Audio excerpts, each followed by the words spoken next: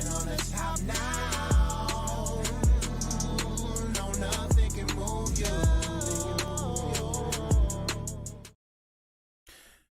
Two little bigots sitting on a TV, sitting on TV, not on a TV. Two little bigots. Oh, you trying to tell me Bill Maher is a bigot? Man, he one of the most closet bigots you ever seen in your life. But when he going out with I almost said her name, Karine Stefan? Of course. Shoot, if I was a bigot, I'd go out with her too, because there's a reward at the end. You know? Well, the old Robert would have did that. I'm a changed man now. And please don't mind me, guys, I'm just doing this because I'm trying to learn how to master going online and doing, and doing stuff, doing on the fly, live, commenting. So, don't mind me.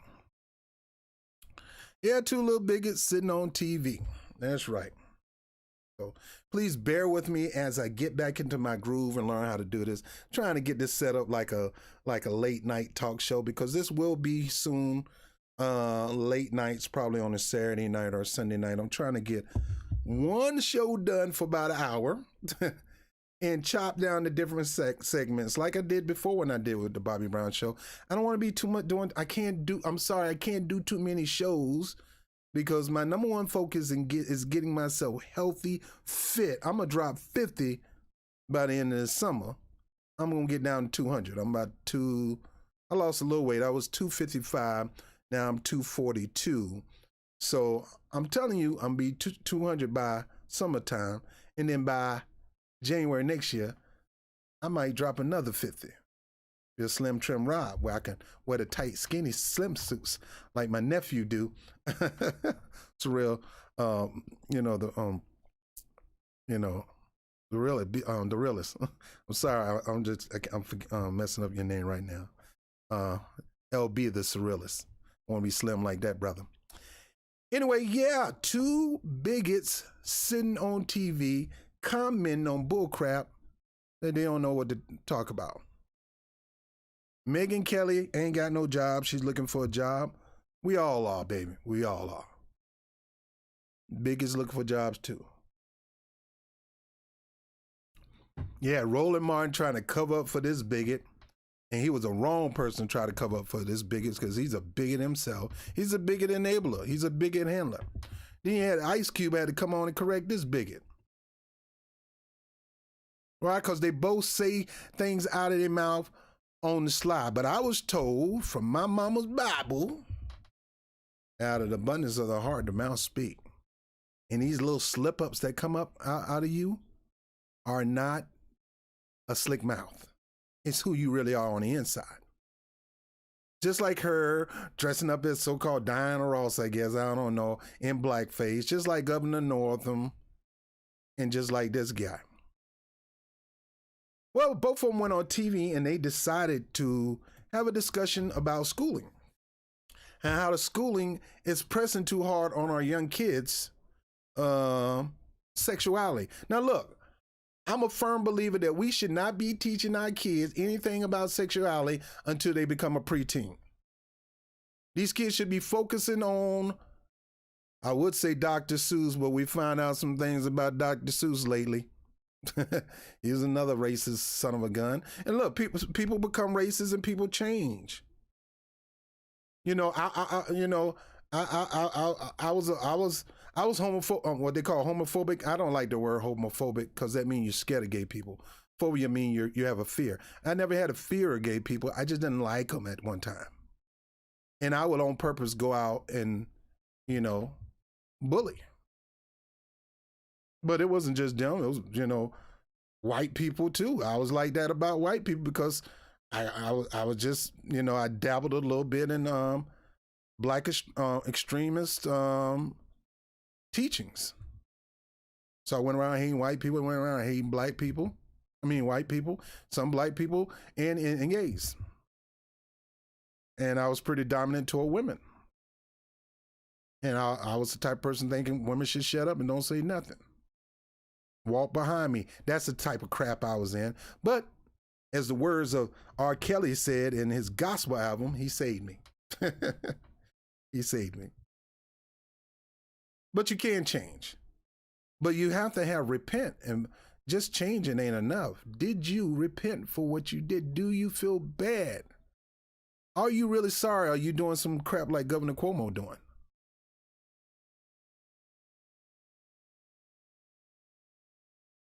My man Lucas say I'm bigger than against bald head. I was so big, I had to become one, brother. I had to become one. Well, let's get into this because Bill Maher oftentimes says some slick, sly stuff out his mouth, and that's why I can never be. I'm not a fan of the dude. You know, my brother, he's a fan of Bill Maher. Another brother from my mother, he's a friend of Bill Maher. He loves Bill Maher. I can't stand that son of a gun. But let's take a look at this. Okay, so I want to talk to you about the schools because I really just wanted you back here because I read this, that you took your kids out of the school in New York, and I have been hearing anecdotally very much the same thing from many parents. You know, parents confide in me, I guess, because I don't have kids. It usually starts with, you're so lucky you don't have kids. And then I hear about their problems. But just tell us why, basically, you did this. Yeah. Well, we loved our schools. We were in the New York City private school system. Our boys went to an all-boys school and our daughter to an all-girls school. Our teachers loved the, students and the faculty and the parents. And they were definitely leftists. We're more center-right, but that was fine. My whole family are Democrats. It wasn't like I was bothered by the fact that they leaned a bit left. But then they went hard left. Then they started to take a really hard turn towards social justice stuff. And at our boys' school in particular, it started with when our son was in 3rd grade, they unleashed a 3-week experimental trans education program on these 8- and 9-year-old boys. Right. And it wasn't about support. It was about, we felt like it was more about trying to convince them, like, hey, come on over. And the boys started to get confused, and they had to implement this system where they raise their hand. If you're really confused, put up a 1. If you're just a little confused, How old are they now? They were 8 and 9 at the time. And we objected, and so did a lot of other parents, to the point where the school had to apologize for that one, which they very rarely did. Then our kindergartner was told to write a letter to the Cleveland Indians objecting to their mascot. Now, he's 6. Can he learn how to spell Cleveland before we, activate him?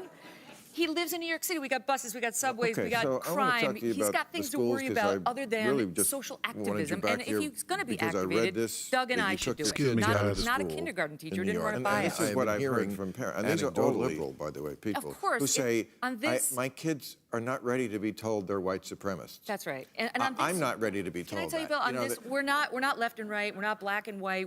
This is a question of reason and unreason. But you talked about this letter that the school put out. So this is on the race issue. Can I read some of the things that are from this letter? Because most people really think I'm losing my mind. There's a killer cop sitting in every school where white children learn. Now again, let me stop there, and I got to put that image up there because Bill Maher will strike you. I'm not for anybody teaching any kid about sexuality and relationship up till they become a preteen. I don't believe 5-year-olds, 6-year-olds, I don't believe they should have a book, mommy and her two, mommy and her, I have 2 mommies and stuff like that. I don't believe these things should be taught early. You don't teach kids about daddy and his wife in a school book. Mommy and daddy having playtime in the room. You don't have stuff like that. That comes usually when you become a preteen and the guidance counselor work with the health department to begin to teach you these things. You don't supposed to be doing this stuff to people that's 4, 5, 6, 7, 8 years old. So that I agree with her on that. But you still got to teach kids about sexuality as they get older. Now, we may disagree on what, but they still should be taught. But not at 10, 9, 8, 7, 6, 5, 4, 3, 2, 1. Not at all. Let them have fun. Teach them to have fun. You know, Pokemon and all that kind of stuff. You know, whatever they watch these days. I don't know what kids be watching these days, but let kids be kids. Leave them alone. They shouldn't be talking about that stuff right now. So I agree with her on that. If you're trying to cram this stuff down their throat, this is the reason why a lot of people want side with what they call lefties or side with the progressives or whatever they want to call people these days.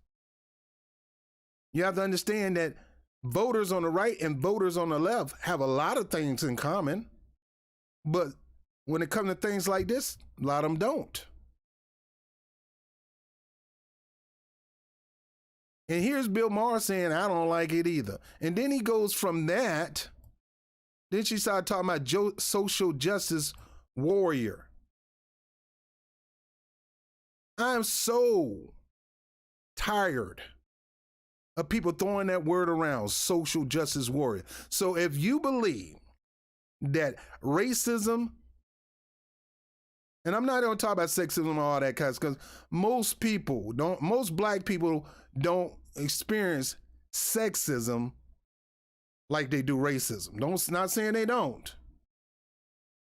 But racism among community, especially in the black community, it goes from grandma all the way down to your 6-year-old kid. It doesn't matter whether they're female or male or whether they identify as a female, it doesn't matter. At the end of the day, you're still black. So when somebody started to speak out on that and demand change, you got fools like this that's going to try to obfuscate and try to tell you why you shouldn't teach kids about fighting for your right. I would rather teach my kids about fighting for their rights as American citizen than teaching Uncle Charlie and his boyfriend.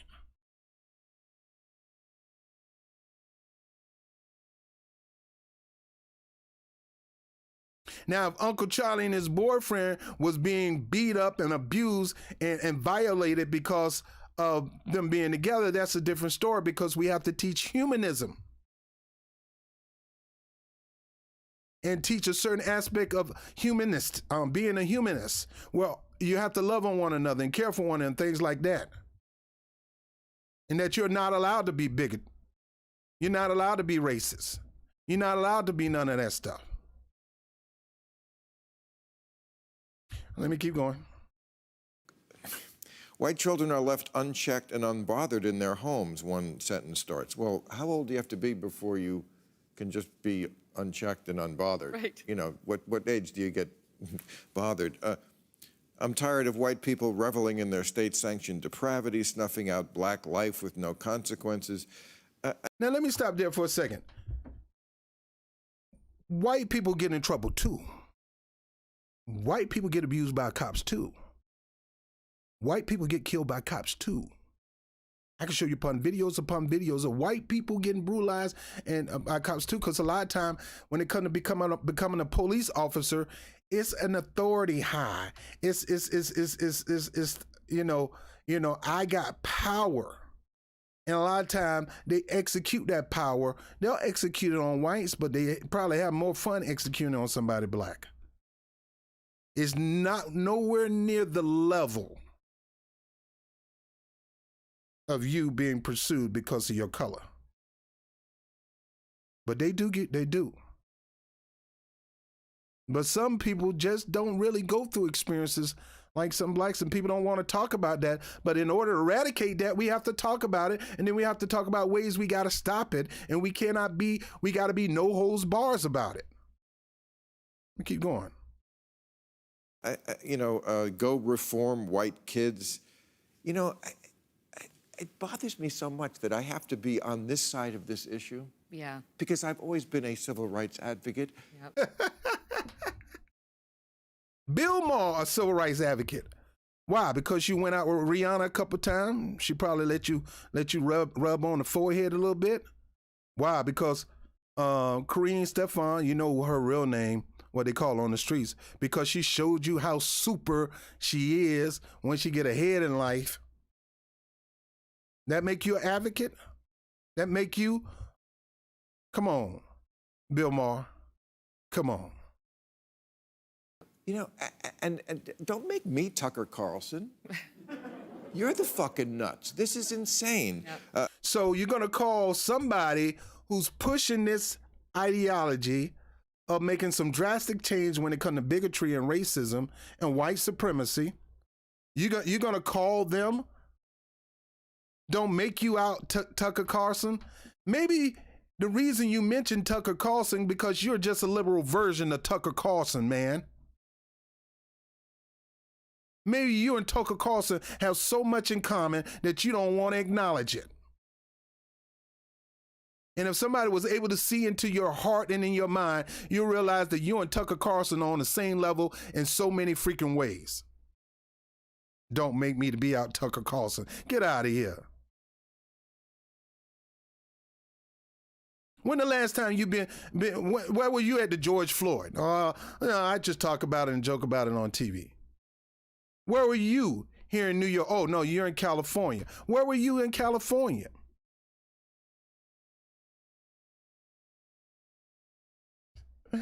Don't make you be out Tucker Carlson. I guarantee you and Tucker Carlson got more in common than you and Megyn Kelly got more in common. I guess all three of you got a lot in common. For you to have her on the show, to have this discussion, and you sitting up here agreeing with her on this stuff. Like I said, I get to waiting until a proper time to teach young kids about sexuality. I'm not for that. I'm not for teaching kids sexuality until they get to around preteen age, when 10, 11, 12. Well, you got to get to them early. Who told you that? Let these kids be kids. But this ain't the same thing, Tucker. I mean, Bill. As black bodies drop like flies around us by violent white hands, there is racist problems in this country. But this is hyperbole, and this is making people crazy. Yeah. How is it hyperbole and making people crazy? People know what side of the aisle they're on. The only people is hyperbole and make crazy is because people who don't know what side they're on, and when they're actually on the wrong side, thinking they're on the right side. Just because you support Democrats, Bill Maher, doesn't mean you're not a racist and you're not a centrist or right-wing just like Megyn Kelly. Maybe you need to take some time out and get a good education on white supremacy, bigotry, and racism. There's plenty of schools that will teach you that. They got a school here in New York called the Murphy Center that will teach you that. But better yet, go in the black community and get around black thought leaders. I'm talking about real thought leaders. I'm talking about those who are actually on the streets doing things in the community. How about you come out of your bougie hotel over there in Beverly Hills and bring your butt over here to Martin Luther King's apartments here in Manhattan, in Harlem. Or Castle Hill projects. I can go on and on. And you'll find out that you and Tucker Carlson are on the same end, man. Hyperbole. Get out of here. And children, this is not the way we get to the promised land. Absolutely not. It's divisive. It's No, the way, see. racist. And it's Let me go back to this. And And children, this is not the way we get to the promised land. absolutely not. It's divisive. It's racist. And it's having exactly the opposite effect of the one they intend. And He said, this is not getting to the promised land. And she got a nerve to say it's divisive and racist. No, you are divisive and racist if you don't understand this. You don't understand this because you're not black. You haven't been through the black experience. You haven't lived through our neighborhoods. It's just like those who come from this country that's black, that did not come from this country, coming into this country. You got people coming to this country the past 10 years, and they look at blacks, and when I say blacks, I'm talking about ADOS, American Descendants of Slaves, those who've been here since the root. Those who've been here since a foundation. Those whose family has been sold out on blocks, ripped apart. Those who had their children taken away from them to go across 3-4 states to produce babies like they're in a freaking pit bull breeding camp. You don't understand this. And then you got the nerve to say it's hyperbole. You got the nerve to say it's racist. You got the nerve to say this isn't how you get to the promised land. You get to the promised land by admitting that it exists and finding ways to stop it, not ignoring it and trying to brush it to the side because you feel guilty. Maybe it's because you feel you really, this ruffles you because deep down inside you're a bigot and a racist and a white supremacist. Because it's rubbing you the wrong way. I recently saw a pastor on TV go out this church saying, if you're being racist toward black people, you better fix that real quick. Curse gonna come on you. Now look, I don't be touting preachers but I really believe that me personally, I believe when you on purpose do people harm, it will come back to you 100-fold. I really believe you reap what you sow. Some of y'all call it karma. In the hood, we call what goes around comes around. These two people feel uncomfortable because they realize they're bigots and racists and white supremacists, and they don't want to admit it. You got one on the right, one on the left, holding hands in true harmony. It is not that all the black people in our school or other schools are in favor of this kind of talk. My friend Coleman Hughes. Don't mention Coleman Hughes. Majority of black people knows this. It's not a thing about favor. It's not a thing about talk and discussion. We've experienced it and we still experience it today. I'm about to get out here and go on the streets. I got to head out to the airport to pick up a couple of cars from some workers.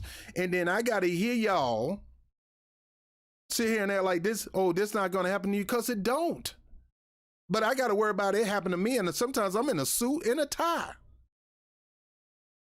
I can't explain to you how many times I've gotten stopped by the police. Thank God I know my rights and try to execute them without pissing cops off.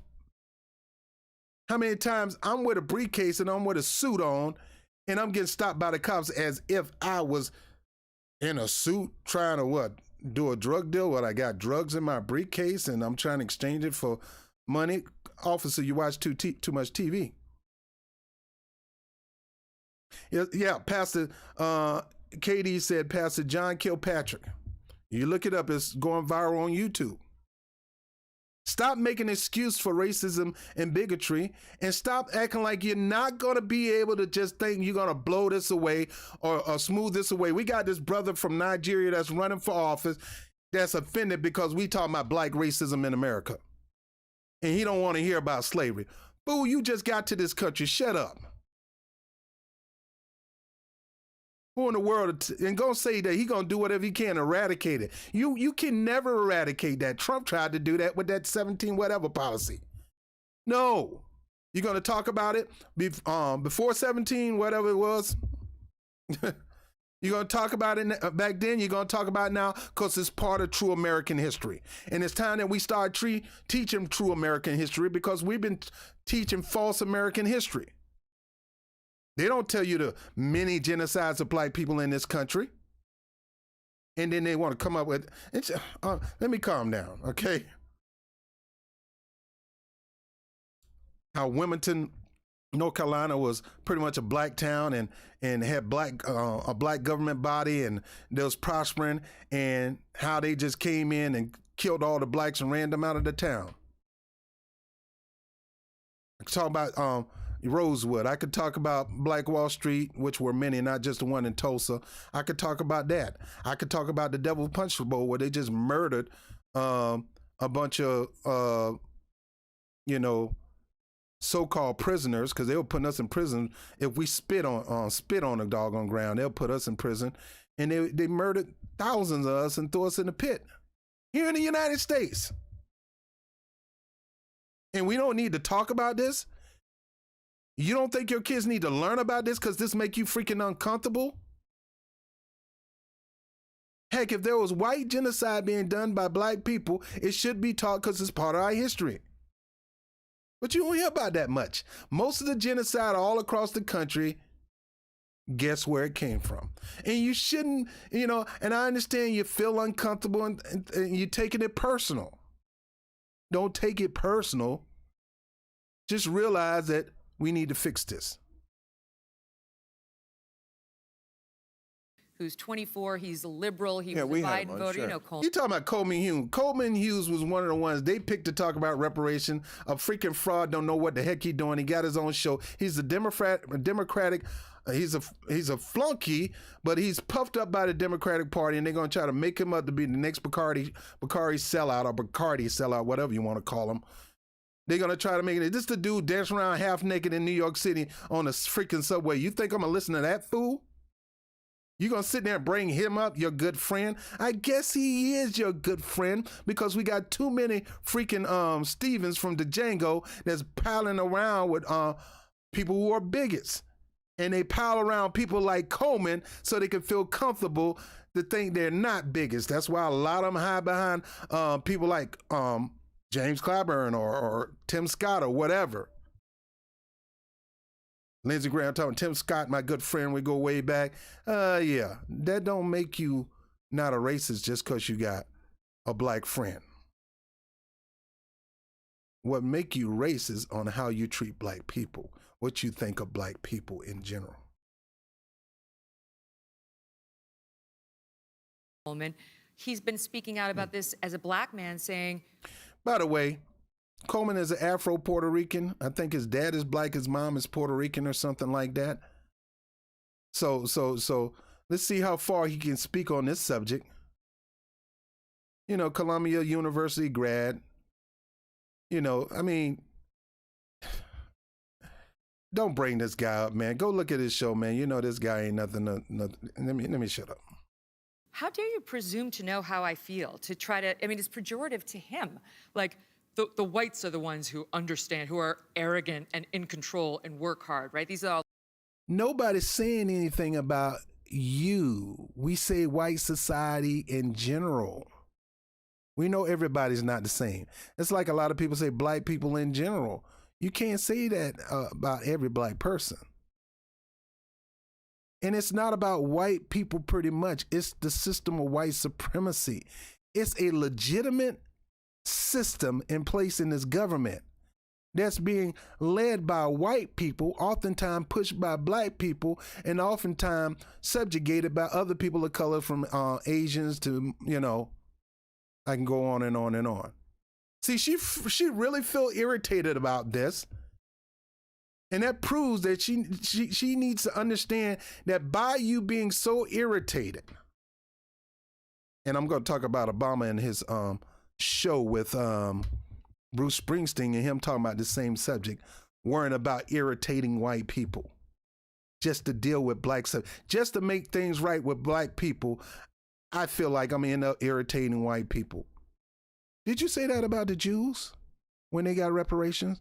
Did you say that about the Japanese when they got a reparation? When y'all start giving back land to Native Americans that you stole from them and allowing them, I can't understand how you allow somebody to do something on their own land when you don't robbed and stole from them to get it, to put up a casino and schools and stuff like that and make it a separate sovereign nation in the United States. Oh boy, let me calm down. You can see she's upset. Bill Maher's upset. Redneck Economics said Bob opposed AOC for not being an ally. She was not answering any of his questions. He really, yeah, I asked a question about reparations. And she immediately started talking about the government version, whatever the government decides. I support Sheila Lee's legislation, or Sheila E. from Prince or whatever. Well, I don't care. You need to get that from the grassroots. The government don't determine how much you're owed. You need to hear from the community to see the hurt that they go through to realize you owe them. And then you promise, one thing that you owe them, you promise to give it to them. And then you reneged on your promise. But back to what I was saying about irritating. My point is, yeah, it's going to upset some people. But people got to understand it's not coming out of their pocket. It's not them personally. It's the federal government. Don't take it personal. The government need to make a wrong right. And in Megan's situation and Bill Maher's situation, you taking this too freaking personally. all the terms now associated with white supremacy. And then the white people feel You see how she throwing up the, quotation signs? White supremacy. Get used to that word, Megan. It's not going somewhere. It's alive and well, stronger today than even back in slavery. Because it's infiltrated and it's low key and it's in your face.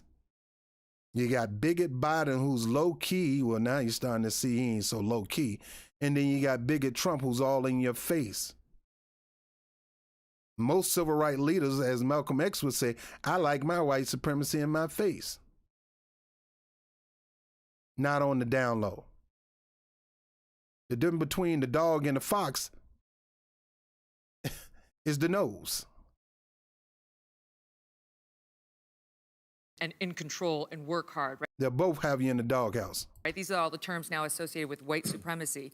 And then the white people feel bad and feel judged because they're told they're white supremacists. What white people feel bad because they told white supremacists? No, it's people like you who should feel bad because you're a white supremacist, because you can tell by the way you react. The way you react.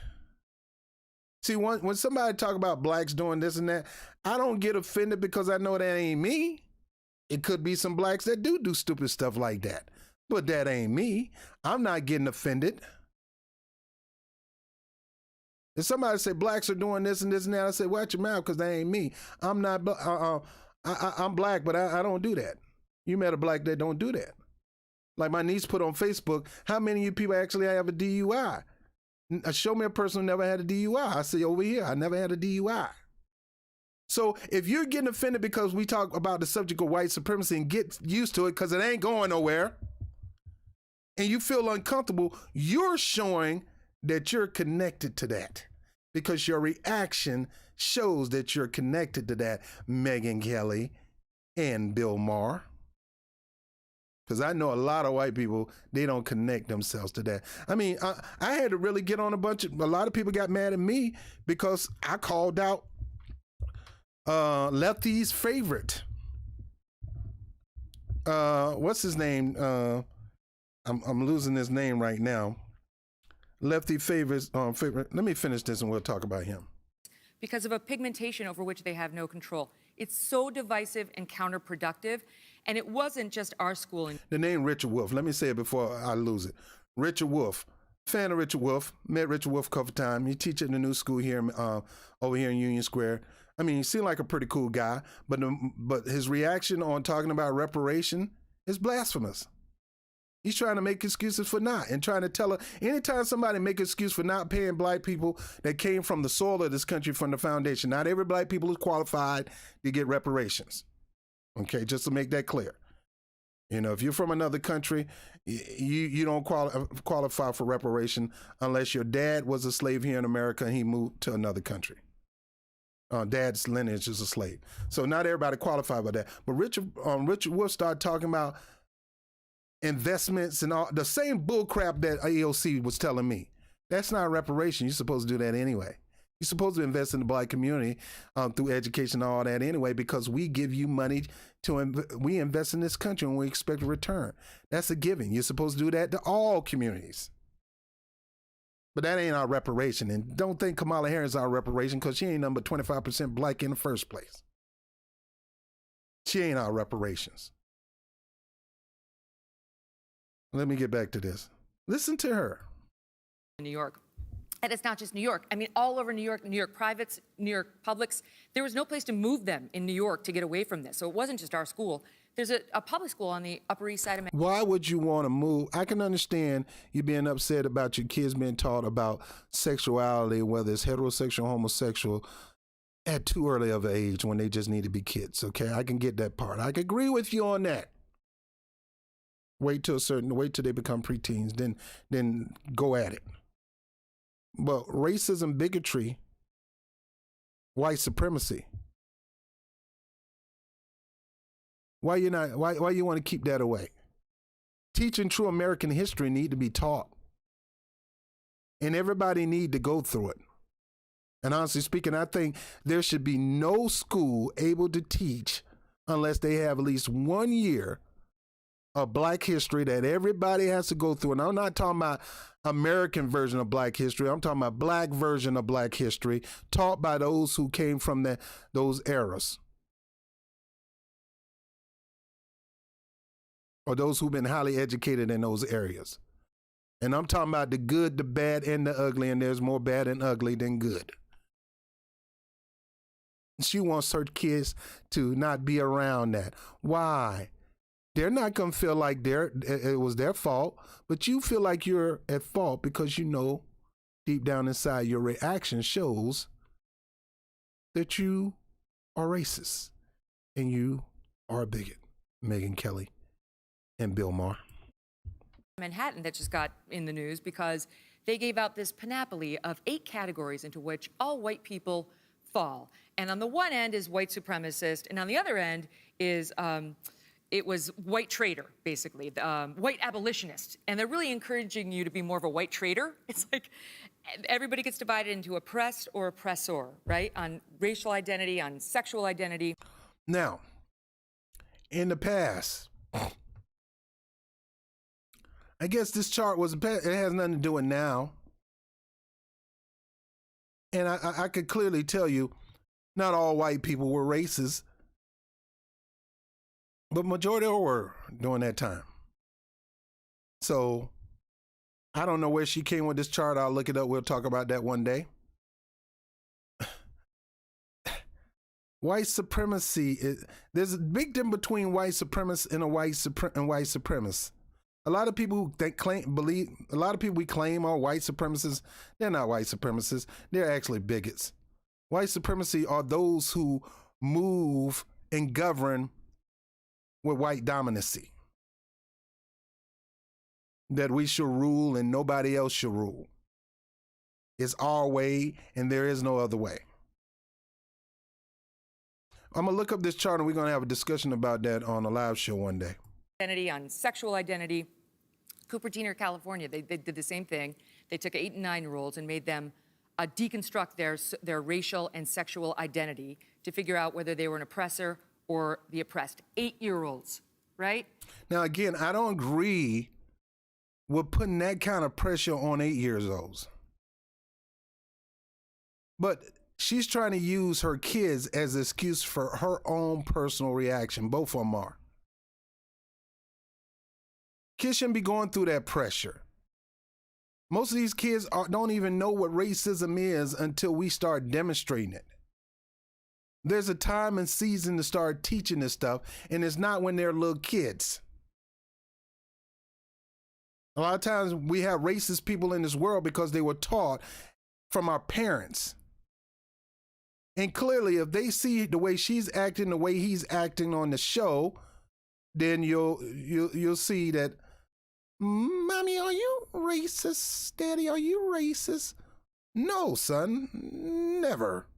Why you're upset about the discussion of this? I mean, this is really damaging. And as you get older, what the studies show is these sort of implicit biased education efforts bring out racism. So if somebody's having racist thoughts in the back of their head, it brings it to the frontal lobe. And that be you. That be you, Megyn. That be you all day. You just admit it, girl. You are racist. And more people act on their latent racism than they otherwise would have.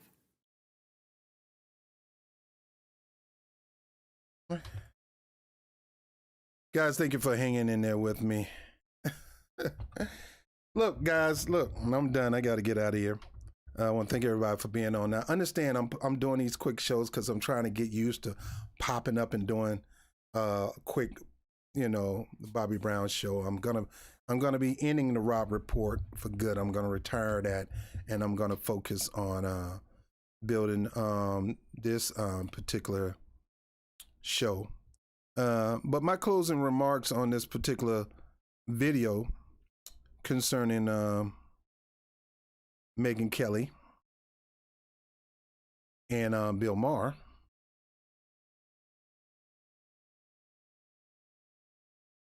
When somebody it's just like me going to church. I go to church, okay? I love church. I know y'all people, some of y'all don't go to church, blah, blah, blah.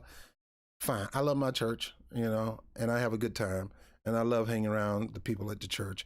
And I like a good inspirational word and things like that. And no, I don't give money to the pastor, and I don't even hardly put money in the church at all. I do tithe, but it's not about money. I really get a lot from church. One thing I learned, if I'm in church and the pastor is all in my mailbag, I'm screaming, I'm squirming, I'm not feeling comfortable. Guess what? I must be dealing with something and he hit it on the nail. And the purpose of you being uncomfortable is because you got something that ain't right that you need to make right. And that's the whole point of Megyn Kelly, Bill Maher, and a whole host of other people, including Obama and a whole host of other people. Oh, you're going to make people feel uncomfortable when you talk about white supremacy. Not if you talk about it the right way. And you're going to feel uncomfortable, especially if you're one and you've been trying to prove to yourself that you are not one. You're going to feel uncomfortable. I got Lucas say, hey, kids, don't miss Robert's new book, Daddy Has a Different Girlfriend Every Night. That was when I was younger, brother. Ain't me now. My back hurt too much nowadays. Got to get rid of the stomach. Then I'll make a comeback, but not on a women thing. I got a lady friend, so. But yeah, you in church, pastor in your mailbag, and you're squirming. That might be a higher power, or maybe the power within, or whatever you want to call it, in universe or whatever, telling you need to stop that, fix that, make it right, and move forward, and I'll help you. So if you are white and it kind of make you feel uncomfortable when they talk about bigotry, racism, and white supremacy, as long as you're not attached to that, you shouldn't feel uncomfortable. If you do feel uncomfortable, maybe that's a signal that you got a little bit in you that you need to get out. That should be something to tell you still have some of it in you. You've been doing great trying to get it out, but you still got some residue. Work on getting that out.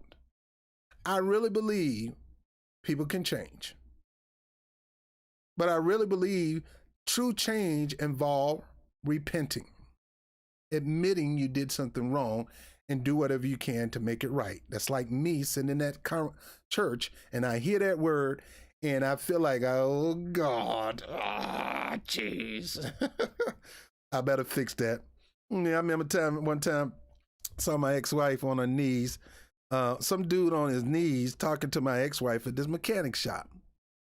I'm going to the bank depositing some money, I'm managing a retail store at that time. Going to the bank to deposit some money.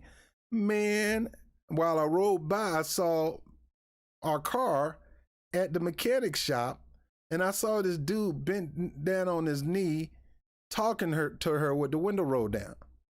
Man, I went slam mall, skirt, turned around, cussed his behind out. Cussed him out. I was going to fight him. But I realized she was she was getting a tire fix. So when I got back to the store, I heard something in me just tell me, you was wrong. Now you work with a lot of kids. What if that guy have a kid and that kid come and work with the group that you're working with? How are you going to explain yourself? You need to fix that. So I did. I fixed it. And I felt revived. I felt free because I made a decision to fix the wrong that I did and to make it right. If you feel talking about white supremacy, racism, bigotry, and even representing reparations or whatever is a divisive issue and things like that, understand that's white supremacy talking to you. You're afraid. No, let me rephrase that. Yes, it's going to be a divisive issue to some because they're going to take it personally. Don't take it personally. But if you get offended with the talk of it and you want to say things with my parent, I didn't have nothing to do with what happened back then. Nobody's talking about you. We're talking about the government. When you talk about white supremacy, you mainly talking about a structure within our government. And like I said, there's a difference between a racist, a bigot, and a white supremacist. It's a level that you got to go through. They're not on the same level. There are 3 different tiers. And everybody can change. You can be changed. You can be changed. You can all of a sudden become a person of love and compassion and do whatever you can to help make not just the wrong my ancestors did wrong, but the wrong this person's ancestor has done. And make it right for these people who my people brutalized, dominated, viciously attacked them, murdered, raped. Can you imagine somebody feeding your child to alligators in a creek?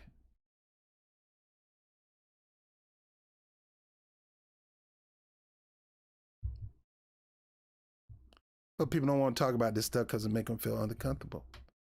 And Bill Maher going to say, that's going backwards. No, it's going forward. In order for you to go through the 12-step program in A&A, what is the thing that you got to say first? I'm an alcoholic, or I'm on narcotics. I got to admit that. For me to ignore that and act like I don't, ain't going to help me beat this. Now, I don't say you continue to say it every day. I'm not a fan of confessing something every day because you are what you say. Admit it one time and make it right. So here we got 2 bigots sitting on TV, not a tree, but TV. You got Bill Maher, bigot Bill Maher, and you got bigot Megyn Kelly, upset because they teaching overcoming white supremacy, bigotry, and racism in the classroom. See, I have no problem teaching that to young kids. Why? Because where I live at, young kids as early as 5 years old are being attacked by the police, are being carried. Show the video of a lady in the Bronx. She assumed this black kid touched her on the butt and was ready to call the cops on this black kid. And the black kid was only 7. And he just bumped. The video proved that he just bumped by her and touched her butt by mistake. She gonna say he grabbed her by the butt.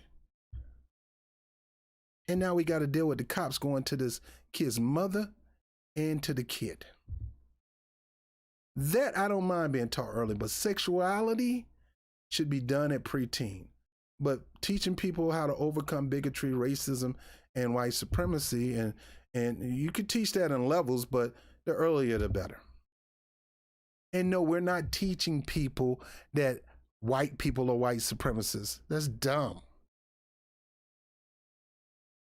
Anybody teaching that need to lose their teaching license. But we need to know the truth about racism, bigotry, and white supremacy, and we need to do it as early as we can. So anyway, I'm done with that one. I talked too much, man, and I'm gonna let you go. Like I said, I was practicing. I gotta be out of here. I'm running late anyway. I want to thank Luca, Red Economics, Red Economics, and KD, and my nephew, Surrealistic Studio, LB, for being up here. And me and him gonna get together and do our own show. I'm trying to master this one real quick, and then we're gonna do our own thing pretty soon. So I'm Robert Brown and Bob TV, and yeah, 2 bigots sitting on TV crying like little wimps because somebody is talking about white supremacy and they don't feel comfortable. You want to know why you don't feel comfortable, Bill Maher and Megyn Kelly? Because you are a bigot.